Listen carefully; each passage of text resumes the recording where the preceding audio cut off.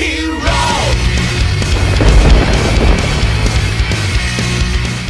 everyone, this is Stealth from the Heroes Workshop, and this video is about the Batman vs Superman Armored Batman helmet.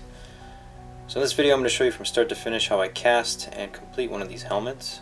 So first off, I get some 1-to-1 polyurethane resin, and I mix them together, and then I pour them into the mold, and I rotational cast the resin around inside the mold, and I do 4 to 5 layers depending on how it looks. If I miss any spots, I usually go back and get those. You basically just pour the resin in and you rotate the mold around until it covers all the area, and then you basically build up the layers with the resin. You can see inside the helmet there. And when you're done, leave it for a bit, then demold the helmet, take off the shell, off the silicone mold, because the shell keeps the shape when there's no resin inside. And then you pull the silicone off and pull out a raw helmet casting. I think I waited about half an hour. Now we're going to trim off all the excess and the face, like the mouth and eye area. Just doing a quick test fit, see if everything is okay.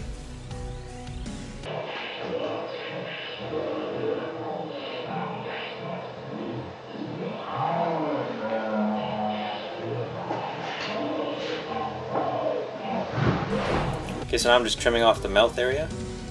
So obviously you need the mouth area when you're wearing it, right? So I'm just using a Dremel with a cutting wheel, taking my time, making sure I don't cut on the helmet itself, right? Just be careful.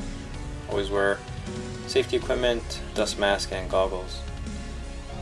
I'm just cutting out the eyes here as well. Always keep a steady hand, don't rush. You don't want to mess up here. I'm spraying up the dust. Now I'm just going to add some bondo to an area where there was a little flaw in the casting, so it's an easy fix. You can see there's a little kind of like an indent in there. It rarely happens, but since it happened for the video, I figured I'd show you a little quick fix. Just get some body filler, bondo brand or whatever, anything you got. Mix up a little batch of bondo, and then apply a heat gun so that way it cures a little bit quicker. And then once that's cured, just sand it down. I use a hand sander first, like a mouse sander. It's not too harsh on the surface, and then just hand sand with different grades of sandpaper. Here I'm using a sanding sponge, a coarse sanding sponge. I'm using a file to clean up the eye area, get the shape back, because obviously when you're cutting out the eyes it's not perfect. Now I'm adding a quick coat of primer. See where I'm at, how it looks, how smooth it is. It's looking pretty good here. So now, after this, I'm going to add some weathering, actual scratches and indents and all that. So you're going to need a few tools to make sure that your weathering, like your actual scratches and stuff, look legit. So, you know, plan ahead what kind of tools you're going to use to make these kind of lines and scratches. So basically, I just cut in. Maybe like this little knife here with a saw. And just literally just grind in and just start cutting little notches in, even with the hacksaw. Look at that. I literally did this. It was so much fun. It actually looked really good.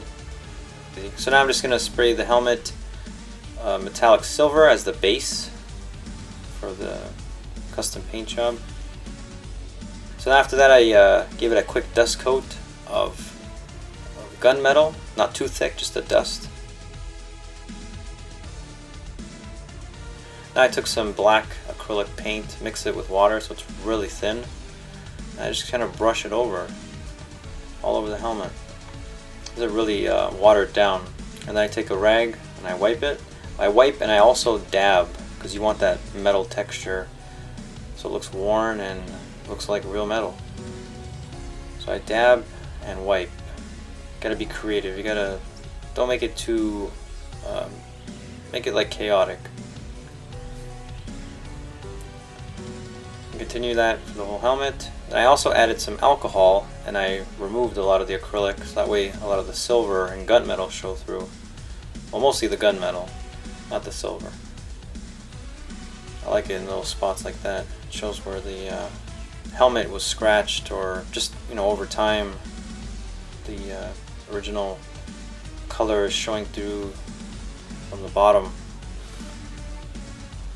So I do it so I vary with the wipes and the dabs in different areas, just so it's an inconsistent effect. And here you go, here's a nice look at the helmet so far. So now I'm going to add a little bit of subtle dry brushing. You just take some metallic paint and just a dry brush, and you basically just go on the edges, just to really bring out those edges, make them pop, but very subtle. Don't put too much on this kind of helmet. I went over with a little bit more weathering. So here I cut the brush at an angle. So here I'm at home, I'm just using a Sharpie to bring out the scratches. I'm not really drawing the line, I'm kind of like tapping as I go with inconsistent lines and then rubbing with my thumb before it dries. Then I went over also with more alcohol. I wanted more of the bottom color to show through and have more blotchy inconsistencies with the color. I think it looks really good like this. So I added some lights. I made some lenses out of polymorph. I hot glued them in, both sides. And once I was done with that, I just wired up some SMD LEDs on the strip light, soldered everything together with a 9-volt connector. I kept it really simple just for this video.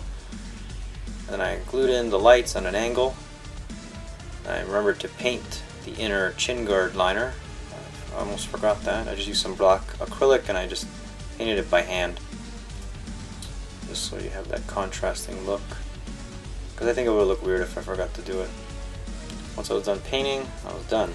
Just put the battery in, turn on the lights, and then the helmet is complete. So that's the Batman vs. Superman Dawn of Justice Batman Armored Helmet. Polyurethane resin, trimmed, painted, weathered, and lights installed. So it's a stealth from Heroes Workshop. Appreciate you guys watching. Stay tuned for more videos, and I'll see you guys soon. Hero!